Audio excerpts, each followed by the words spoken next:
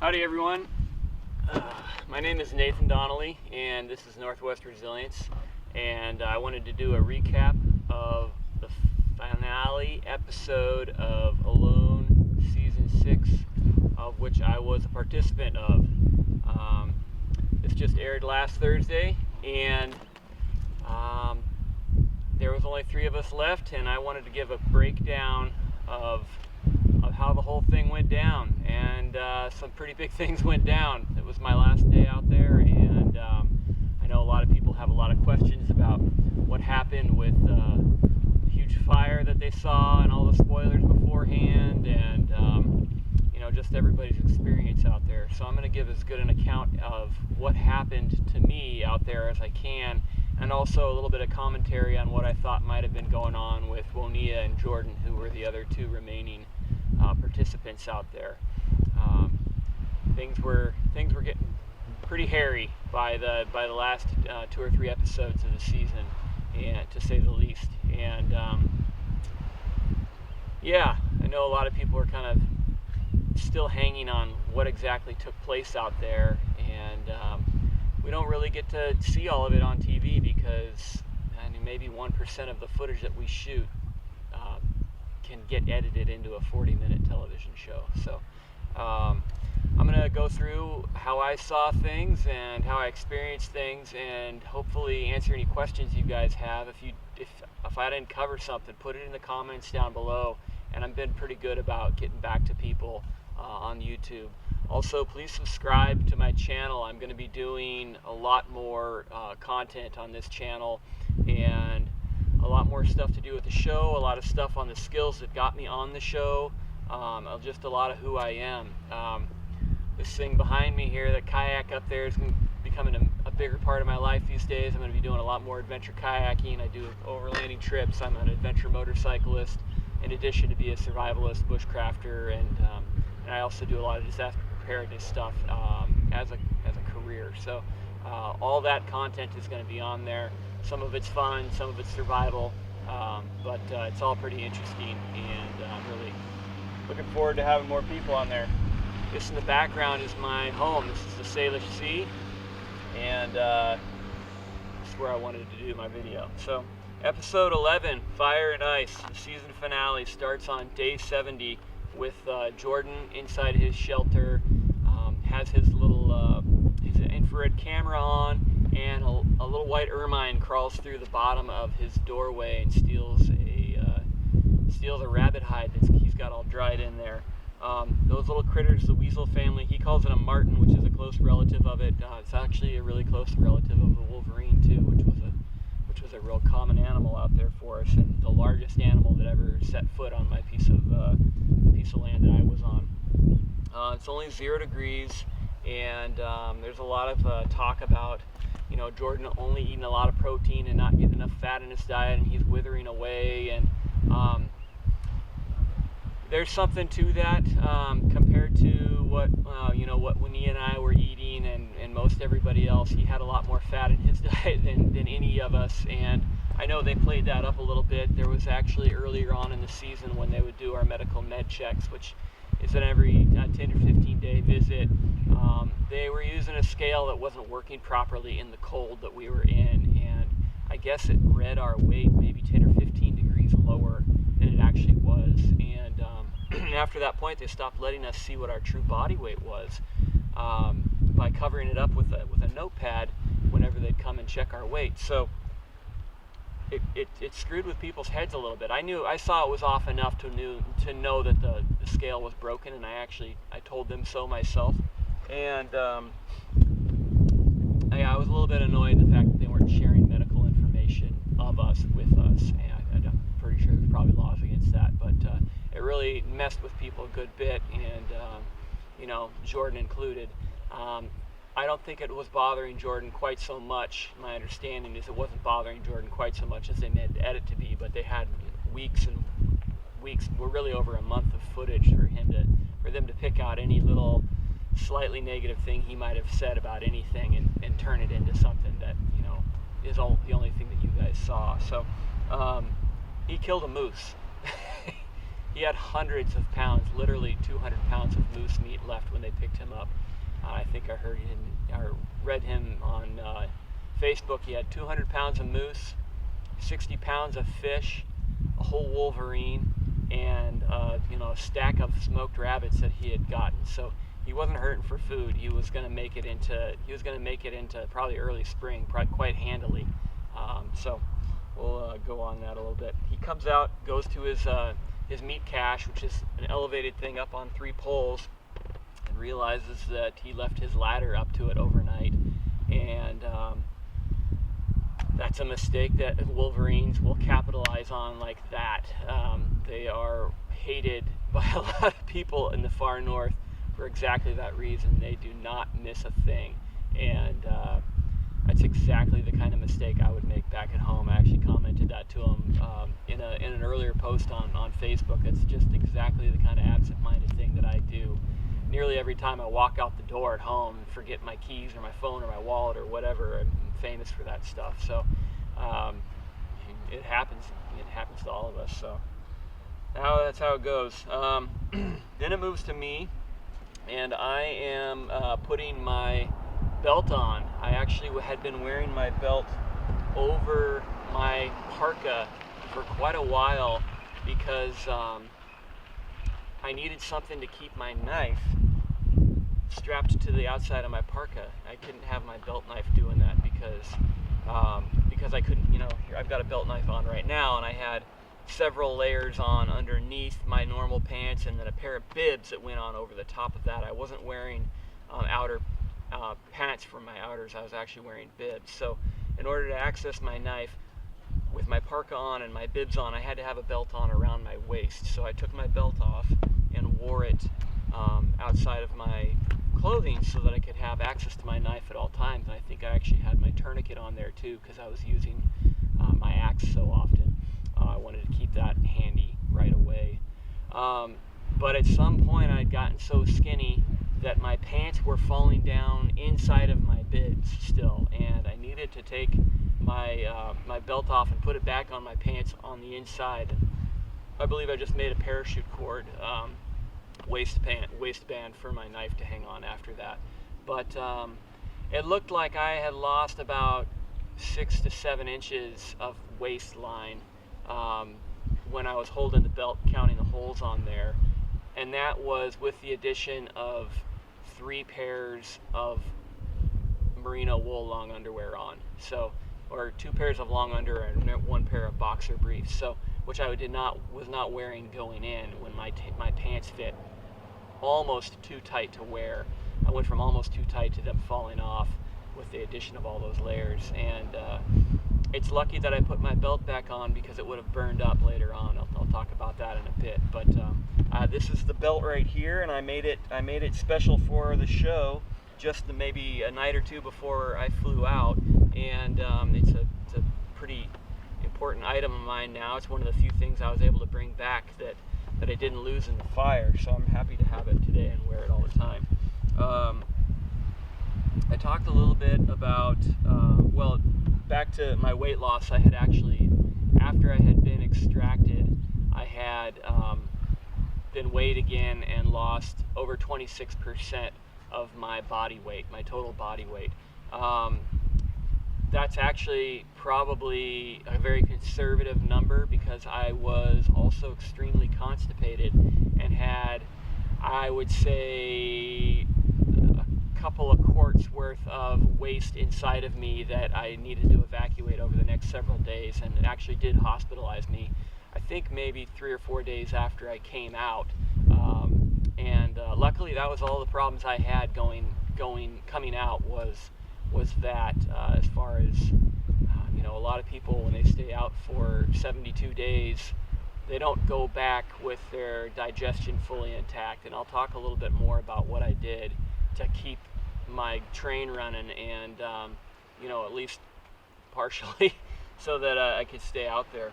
I talked about having multiple personalities and the difficulty of balancing thoughts of being at home with my loved ones, potentially with a bunch of financial wealth,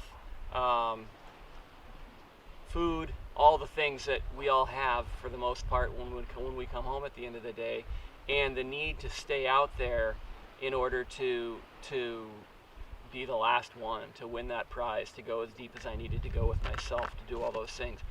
Those two things are so far apart from each other in any kind of reality out there. And the contrast between where I am right now, sitting in the sun with the Salish Sea behind me and a gentle breeze, wearing just a t-shirt, still feeling too warm, and being in the sub-zero temperatures, needing to hover over a fire in order to get any kind of warmth from it, and not having eaten anything significant for weeks. It's impossible for your brain to keep those two realities in the same brain at the same time. It just really is like you almost develop a split personality. You need to adapt so much in order to change yourself to be the person you need to be out there, that it's almost like another you arrives or evolves over time. And if I was dropped off up there today after almost a year to the date that I'd flown out to go up there originally into those conditions, I don't know that I could make it right now. I don't think that I could stand to stay out there as much. It's a slow evolution, and it's a real thing. It's a real interesting process to go through. I had a sign above my door that you just once caught a glimpse of while I'm standing in my shelter, and you couldn't quite read it, unfortunately, on TV, but I knew what it said already, so I wrote it down, and it was a reminder to me, something that Barry had done as well. You could see it all over the inside of his shelter written on his tarp. It was a reminder to me to keep focused on where I was and how I got there. And it said, remember your journey here, Nathan. Watch your follow through. Follow through with it. It was basically, you have to decide to be out there every minute of the day. You can be gone like that. You can just push a button and a helicopter, so long as it's daytime and not stormy, can come and get you. You have every opportunity to leave all the time. And that means you're out there continually deciding that where you are is where you want to be and where you need to be and where you should be. And there are times when you can get, some food craving or missing your loved ones, or, for me it was really missing my girlfriend terribly, that you can just decide that that's priority, and forget for me at least, the 2-year process it took me to get to where I was at that time. It was a lot of time for on my part. It was a lot of time for loved ones as well. A lot of friends and family had my back out there and had my back going into it, and I took that seriously. I didn't want to throw that away. I was not leaving short of what happened, short of a serious emergency or them coming to get me, Natalie coming to get me, and me having won. So that's something that I needed to keep in my mind all the time, and I had that sign situated so that it was the first thing I saw when I opened my eyes in the morning, and it was a real good reinforcement. I had a few sayings that I'd say up there that adversity is opportunity. Anytime the weather got bad or something bad happened, it was happening to all of us out there for the most part, and that meant that if I could persevere, it was an opportunity for me to be beating somebody else. And you have to have that mindset. You have to be always reminding yourself of that in order to go through that sort of a thing. I also kind of like this other one, optimize your life, always kind of came through my mind, particularly when I'd wake up in the morning. I only had to do one thing when I woke up in the morning every day, and that was make my life better than it was. Whatever that meant, optimizing my life was my job out there. If I could make it better, that meant that I'd stayed out there longer and hopefully got more enjoyment out of the process. So I've been, that optimized my life thing has been a bit of a mantra I want to keep into my life today, because quite honestly, it's all I have to do every morning of my life is just get out and try to make it a little bit better for whatever that means for me.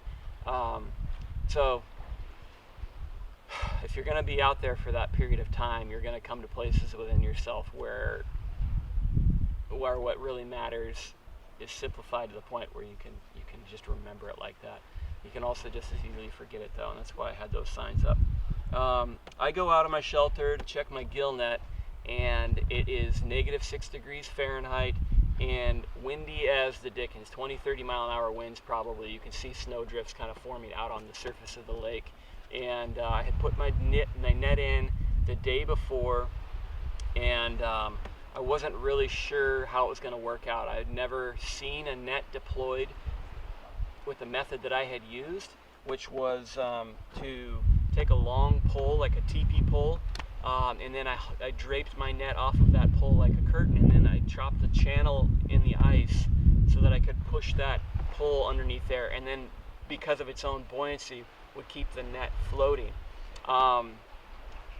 And then to keep it from floating away under the ice, I had a piece of parachute cord tied to the end of that pole and then going up to a bar that went across the channel that I chopped so that it couldn't get pulled in. And I didn't really know how that was going to work. I've never seen it done before. I chopped out the hole, which was probably a good 15-20 minutes of work. The hole had to be as big as a 55-gallon drum that I had out there, and about yay wide. So I removed a lot of ice, and the ice was probably minimum 9 inches thick at that time, maybe as thick as a foot. And to remove that quantity of ice with an axe is quite a chore.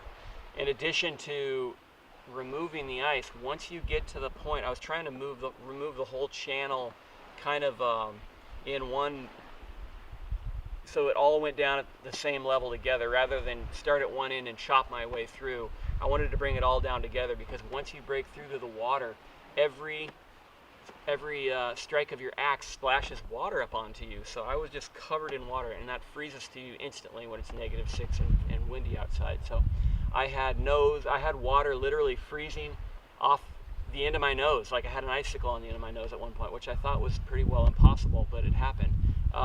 I would just be covered in ice every single time I went out there, and that was a good deal of me having to take off my gear or stand in front of the fire and get all of that off of it. My ice itself, or my axe itself, would get coated in a whole layer of ice, and it would be difficult to handle because it would get so thick with ice on it, or it would actually freeze to my mitt and I wouldn't be able to let go of it. So it was a lot of work just to deploy that thing, and unfortunately, I didn't have a lot of snow in the area to fill my hole with. I tried using limbs from trees and some other holes that I was putting out, because I'd seen people where they put spruce bound, but I was out on the lake far enough to where I'd have to walk a few hundred yards each way just to get an armload of limbs or a bunch of snow or something like that, and it didn't seem like it was going to pay off. So what I did is I rolled a barrel out there and rolled that into the hole with the hopes that the next day I could pull that out and there would at least be a depression left. And pretty much the ice or the water level just froze solid again, and I had to pretty much re-chop the entire hole every time I wanted to check it or any of my lines because of that. I kind of talking while I'm deploying that thing about the mindset of the paradox, really, of being in a survival situation and keeping the mindset that you need to have in order to stay out there. And there's Mitch Mitchell, who's actually in season 1. He's got a great video on his YouTube channel called Native Survival on building fires, and he talks about the paradox of fire. The paradox of fire is that the more you need it, i.e. the colder and the wetter it is, the harder it's going to be to build because you're in cold, wet conditions. That paradox shoots through to nearly every single aspect of survival. The harder it is to get food, the more food you're going to need, and the more energy you're going to have to expend in order to get that food when it's that cold. Just everything down the line, the more tough the conditions get, the more tough you have to be to meet them. My my experience out there of the challenge of where I was like this is the challenge and this is my ability to meet it. And I have never had a challenge so perfectly come together to where I was just meeting it exactly right, and it was meeting me as far as I could go. I really remember thinking about that for weeks, about how like Mother Nature and God like conspired to create this perfect challenge for me, and it was right on the edge the whole way. There was not a single easy day out there. There was definitely some days I had to take rest, but even those were out of exhaustion. I wasn't exactly taking it easy. So the harder it gets, the harder you have to be. While I am checking my net, one end of it gets frozen into the ice. Actually, what they showed was one end of it get frozen into the ice, and then me pulling it out. That was something like 200 or 300 pound test bank line that I had made that net out of. Super duper strong line. I did not think that I had to be super careful about tugging on the net in order to release it from the ice, but I actually ripped a big section of that net off, and unfortunately I never did get to look at the net again to figure out how to repair it or what the extent of the damage was. But I think the net still had probably 90% of its utility left, but one end of it was all jacked up. What they didn't show in that video was that after I had deployed my net the day before, the lake was continuing to freeze at a pretty good clip. So frozen lakes freeze from the bottom of the ice down. That's where the water is. So if your net is touching the bottom of the ice and it freezes down to it, then your net is becoming part of the ice and you can't pull it in again. So what I ended up having to do was I chopped out the butt end of the pole, and then I had to guess out where the other end of the pole was, chop a hole in the ice there, and then use my axe and push that pole free, because the whole pole had been frozen to the bottom of the ice inside the lake. So I went out, chopped another hole, pushed that down, got it free to the point where I could really wrestle it out, and I still had parts of the netting that had been frozen in it, and unfortunately I was not able to get it out without chopping through the ice and also tearing the net when I was pulling it out. So I needed to bring the net off the ice and come up with a whole new strategy for deploying it, and then also repair it first. And I think kind of what I was moving towards was a deployment method where the net was actually below the surface of the ice a little bit. I never did get around to figuring that one out because my time there was so much more limited. I did get a little bit more use out of that net though in a little bit, and I'll explain that soon. So I'm out there on the ice again, and they show me inserting. I'm just chopping a normal sized hole in the ice, and then I'm inserting a pole into the ice. And that was a technique that I had learned from this really incredible documentary called The Happy People. It's on a village of trappers that live in Siberia, and how they go through their year, and in particular their winter, in the far north, in the boreal forest, like where we were. And this village was on a very large, very wide, slow-moving